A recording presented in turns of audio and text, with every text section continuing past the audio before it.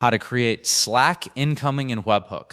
To create an incoming webhook in Slack, start by going to api.slack.com/apps and click Create New App in the top right corner. Choose from scratch when prompted. Then enter an app name and select the Slack workspace where you want the webhook to be active.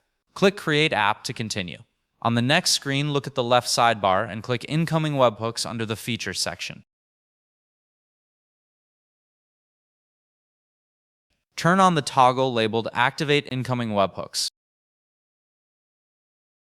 After it's enabled, scroll down and click Add New Webhook to Workspace.